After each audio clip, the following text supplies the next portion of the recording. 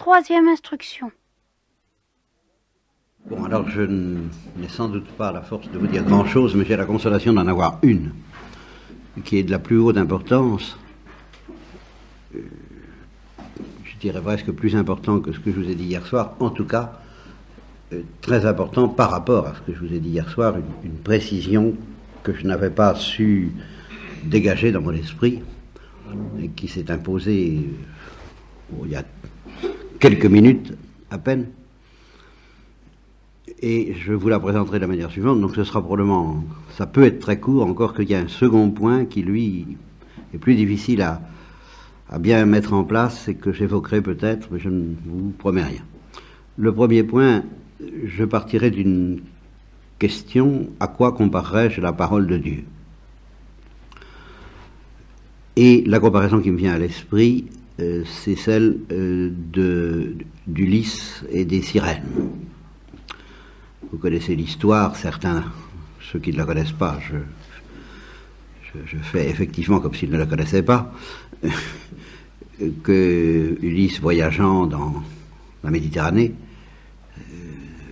savait qu'à un certain endroit de son voyage, on entendait dans la mer des sirènes, des espèces de femmes poissons, si vous voulez, dont le chant était tellement attirant, irrésistible, que on ne pouvait pas ne pas se laisser attirer, se laisser prendre par ce chant et cette musique mortelle, car les sirènes, je ne sais pas ce que faisaient de vous, mais enfin j'ai l'impression qu'elles ne faisaient qu'une bouchée des voyageurs, ou à peu près. En tous les cas, ils s'en sortaient pas vivants. C'était un piège mortel que l'envoûtement, la séduction de cette musique.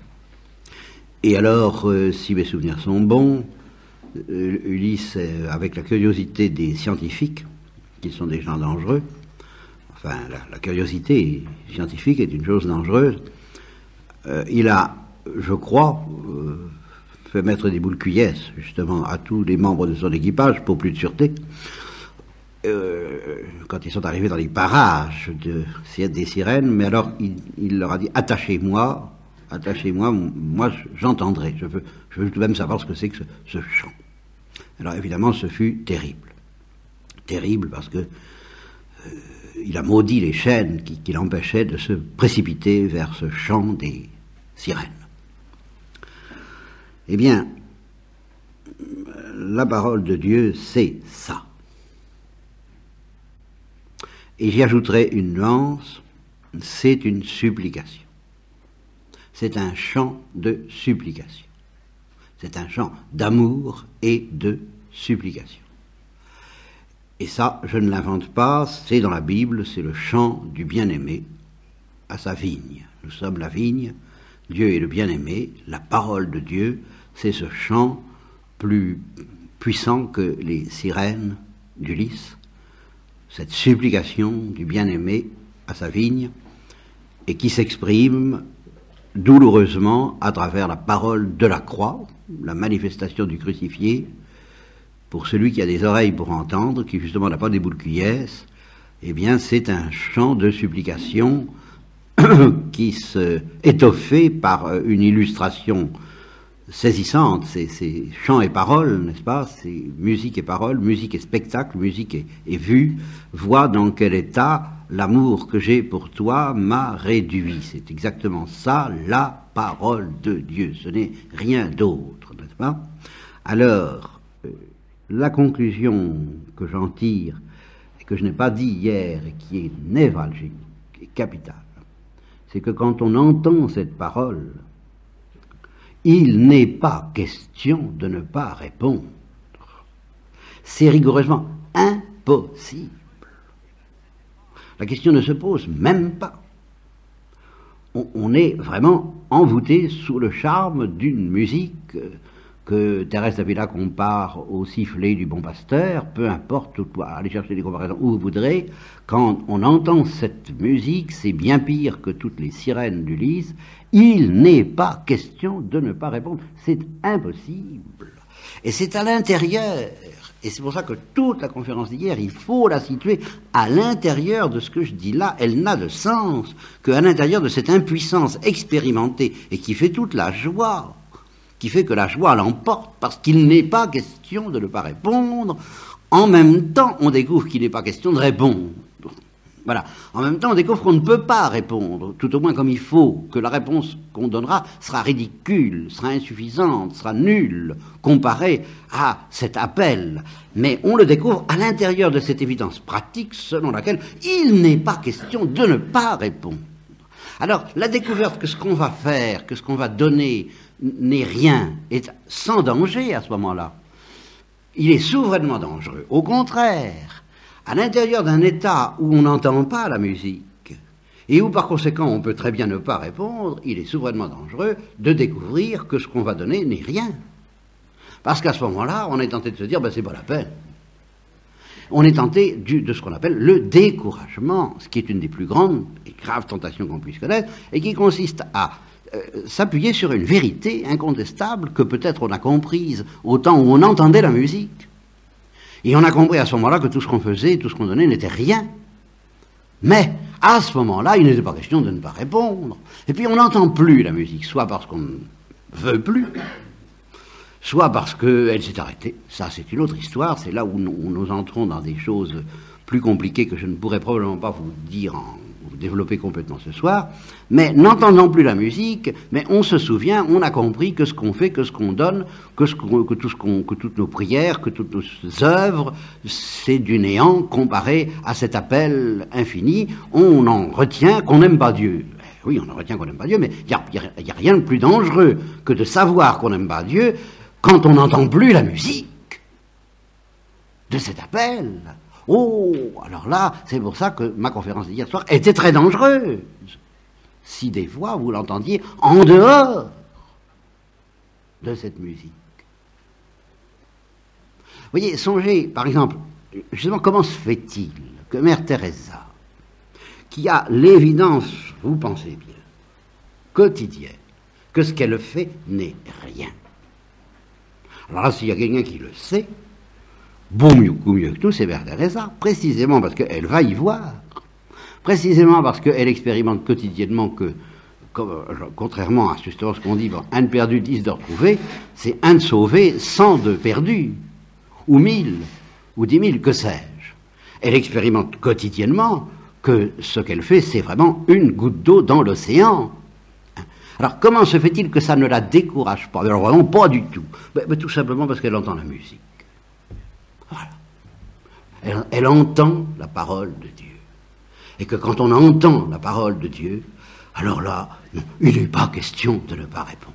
Et alors on peut être dans toute la détresse, et la bonne détresse, alors celle-là, la détresse bénie et féconde, de crier et de constater qu'on ne fait rien, qu'on n'aime pas Dieu, quand justement, quand le Christ a demandé à Pierre, Pierre, m'aimes-tu? Pierre a entendu la musique des sirènes, de la sirène, cette parole de Dieu, et alors il n'était pas question de ne pas répondre, et en même temps, Pierre a bien vu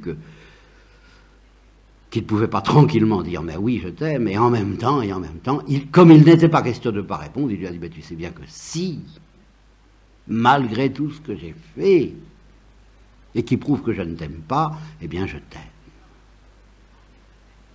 Voyez. Alors, je voulais, quand je n'aurais dit que ça, retenez-le bien et comprenez-le bien, que toutes les vérités que nous pouvons méditer sur l'insuffisance de notre réponse faite à Dieu et tout découragement que nous pouvons avoir s'il est vécu en dehors de l'audience musicale,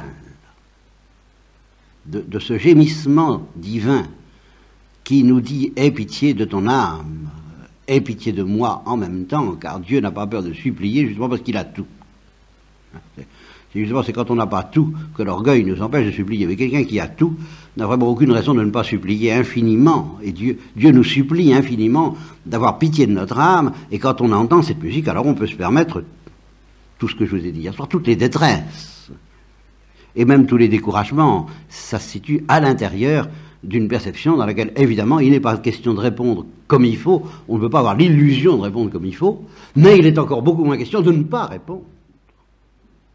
On ne peut même pas, à ce moment-là, avoir la tentation de ne pas répondre. Alors, où je ne vais justement pas m'aventurer très loin, c'est que notre liberté, alors là, quel est le rôle de notre liberté là-dedans? Bien, je reconnais qu'il y a des moments où il est nul. C'est-à-dire qu'il y a des moments où Dieu peut faire une sorte de coup de force sur notre cœur et notre intelligence et notre psychisme, tel que, à ce moment-là, il n'est effectivement pas question de ne pas répondre. Notre liberté ayant pu préparer ce moment par une certaine fidélité méritoire, mais on ne lui demande plus son avis à ce moment-là. À ce moment-là, on ne lui demande plus du tout son avis. Elle est, l'âme est complètement captive, emportée, et elle n'a pas le pouvoir de dire non à Dieu tellement elle est séduite. Et tous les mystiques racontent des événements de ce genre. Bon. Mais, alors, c'est là où ça se complique, c'est que les événements de ce genre, ce moyen que j'appelle le coup de force divin de nous séduire, et qui peut aller jusqu'à être le spectacle du curé d'Ars, le spectacle du Padre Pio, ou quelque chose qui bouleverse spécialement à un moment donné, au-delà de ce que nous mériterions si nous étions laissés aller à nous-mêmes, j'entends avec les grâces quotidiennes que nous recevons quand même, puisqu'il y a toujours ce gémissement du Saint-Esprit qui toujours fait le siège de notre cœur, mais sans coup de force. Voilà, c'est là. La grâce quotidienne, c'est sans coup de force. La grâce quotidienne est toujours aux écoutes et elle suit et elle épouse le rythme de notre liberté, de notre consentement quotidien. Elle entre autant qu'on lui permet. Puis de temps en temps, Dieu entre plus qu'on lui permet. Voilà le point. C'est ça que j'appelle le coup de force. Plus que notre liberté ne le justifie, en quelque sorte. Alors pendant ces moments-là, eh ben c'est magnifique, mais c'est dangereux. C'est dangereux, parce que ça ne peut pas durer. Ça ne peut pas durer, pourquoi? Parce que ce n'est pas au niveau de ce que notre liberté réclame fidèlement et quotidiennement. Alors du fait que ce n'est pas à ce niveau-là, il faut que ça s'arrête. Il faut que nous redevenions libres. Et à ce moment-là, nous pouvons plus ou moins décider de ne plus entendre autant cette musique. Ou, si nous ne l'entendons plus sans que ce soit de notre faute, eh bien nous pouvons nous décider que tant pis, on s'en passera. Plus ou moins consciemment, plus ou moins clairement. Ou au contraire, nous pouvons décider que nous ne pouvons plus vivre sans. Et alors à ce moment-là, commencer à appeler sérieusement, avec toute notre liberté, alors là, à notre tour, à faire le siège de la miséricorde de Dieu, et à lui dire, ne me laisse pas comme ça. Maintenant que j'ai entrevu ce que c'est que de t'aimer, j'entrevois aussi quel danger c'est pour moi de ne plus l'entrevoir. Alors je t'en supplie, ne m'abandonne pas dans cet état, et si nous faisons le siège de Dieu, mais alors là, ça dépend de notre liberté. Aider de la grâce, mais il n'y a pas de coup de force. Là, Dieu nous dit, à toi de jouer. Voilà, je viens de jouer un gros coup, là. Bon, allez, à toi de jouer, à toi. Maintenant, la balle est dans ton camp, comme on dit. Hein, voilà. Qu'est-ce que tu vas en faire? Et alors, c'est là que le moment, je vous dis que plus il y a eu de coup de force, et c'est pour ça que Dieu n'en fait pas tellement. Dieu n'en fait pas tellement parce que celui qui a été séduit, bouleversé par la sirène, d'une manière irrésistible, et puis qui, après que la sirène s'est éteinte, il en profite pour oublier ce contre quoi Dieu a prévenu son peuple en disant « Souviens-toi Israël, surtout n'oublie pas, malheureux ». Eh bien, il est plus coupable que s'il n'y avait pas eu de musique coup de force, ce que j'appelle la musique coup de force. Et voilà pourquoi, par miséricorde pour nous, Dieu peut nous faire longtemps attendre ces coups de force. Parce que, il dit, qu'est-ce que vous allez en faire? Oh, bien sûr, je peux vous faire des démonstrations, je peux faire un exhibitionnisme, une séance exhibition de l'amour divin, vous n'allez pas y résister. Ah, vous allez être dans tous vos états, bien sûr. Mais il va bien falloir que ça cesse, parce que ça n'est pas, justement, ça n'est pas homogène à ce que vous êtes. C'est une sorte de viol affectif que je vais provoquer dans votre cœur.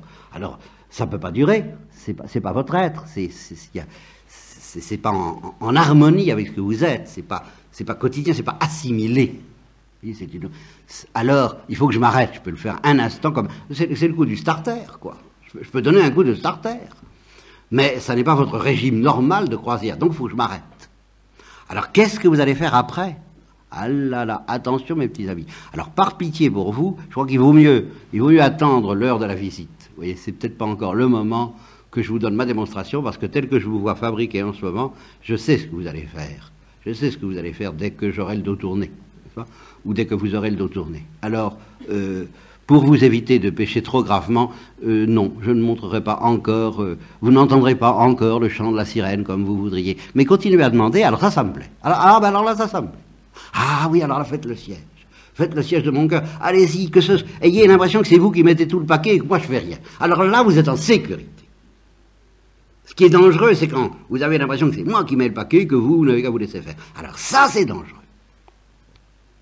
Craignez ces moments-là, qui sont très agréables, mais qui sont très dangereux. Par contre, les moments où vous tirez la langue, et vous avez l'impression que je fais rien pour vous, mais que vous avez la fidélité de continuer à frapper à la porte, instamment parce que ça a été dit dans l'Évangile, celui qui frappe, on lui ouvrira, et que vous vous appuyez sur cette parole-là, justement, qui vous a séduit un jour, sans quoi vous ne prieriez pas, alors là, vous êtes en sécurité, et ce que vous le recevez justement à la mesure même de ce que vous êtes, et vous ne le lâchez plus. Et au fur et à mesure que ce chant d'amour du bien-aimé à sa vigne pénètre en vous à votre insu et d'une manière non spectaculaire et sans que vous vous en doutiez, et alors que vous avez l'impression que justement vous ne l'entendez pas, alors là, vous ne risquez rien parce que là, tout ce que je vous donne, je sais que vous en faites un bon usage, vous le faites fructifier, vous le gardez dans votre cœur comme la Sainte Vierge, et ça y produit des fruits. Ça n'est pas le figuier stérile que risque d'être la grâce spectaculaire que vous me demandez et que je donne de temps en temps quand ça me plaît, quand ça me chante, quand ma sagesse juge que, en effet, telle âme en a quand même vraiment besoin, trop besoin pour que je ne le fasse pas. Vous voyez? Mais alors, reconstituez bien, bon, alors ça c'est très délicat, savoir pourquoi et quand nous entendons le chant irrésistible ou quand nous ne l'entendons pas. Sachez seulement qu'il existe un chant irrésistible, que si vous l'entendiez, vous ne pourriez pas résister. Et moi non plus. Sachez aussi qu'il ne tient qu'à vous de demander à l'entendre. Simplement, je ne vous promets pas que c'est demain que vous l'entendrez. Alors là, bon. Mais je vous promets que si à partir d'aujourd'hui vous le demandez tous les jours, vous l'entendrez un jour. Et que le jour où vous l'entendrez, vous saurez tout. Et que vous ne pourrez pas ne pas répondre. Ah, c'est ça la grande béatitude. Vous serez dans les larmes, vous serez dans la détresse, vous serez dans la souffrance, vous serez vous aurez peur de ne pas répondre, peut-être. Mais en même temps, quelque chose en vous de plus fort que tout saura que vous ne pouvez pas ne pas répondre et exultera de joie à l'intérieur de ce déchirement même d'être le pécheur qui a trahi Jésus-Christ comme Pierre, peut-être, et qui le trahit encore, d'être en danger de recommencer, peut-être, mais il y aura quelque chose en vous qui saura que tout est accompli, que toute miséricorde vous est donnée, que la porte est grande ouverte, que vos péchés, si c'était comme l'écarlate, deviendront comme de la neige, vous saurez tout. Mais je ne sais pas quand. Je ne sais pas quand, et là, la résolution pratique de cette récollection, elle est simple, c'est celle de l'Évangile. Si vous demandez à votre Père des cieux de vous donner cette musique irrésistible, est-ce qu'il va vous donner un scorpion? Enfin, quoi? Car c'est le Saint-Esprit, c'est la musique du Saint-Esprit. Bon, alors ne cherchez donc pas autre chose. Constatez ou ne constatez pas. Si vous êtes content de vous, ben, tant pis pour vous, car vous vous trompez. Si vous êtes mécontent de vous, eh bien méfiez-vous, car vous vous trompez aussi. C'est pas la question. Ce qui compte, c'est que, content ou pas content, du moment que vous n'entendez pas cette musique à laquelle il est impossible de ne pas répondre, vous êtes en danger, c'est vrai. Mais si vous suppliez pour l'obtenir, eh ben vous n'êtes plus en danger tant que votre liberté supplie. Alors, avec en plus tous les moyens du bord, les sacrements, la méditation, la parole de Dieu, justement la parole de Dieu humaine, transmise humainement, sans la musique, hélas, j'en ai conscience. De toute façon d'ailleurs, cette musique, elle est en vous, c'est dans votre cœur qu'elle sera donnée, elle peut passer à travers, et j'en ai eu l'expérience souvent, je me suis arrivé même de voir des gens qui ont été convertis par des paroles que j'avais pas dites, parce qu'ils avaient mal compris. Hein, ben voilà, comme vous voulez. Ben c'est merveilleux, ça, la parole de Dieu. Eh bien, voilà, ça, ma conviction, je voudrais me convertir et me convaincre tout le premier que si nous demandons tous les jours à entendre cette musique, quoi que nous ayons fait, nous serons sauvés parce que il ne sera pas question de ne pas répondre oui à l'amour de Dieu.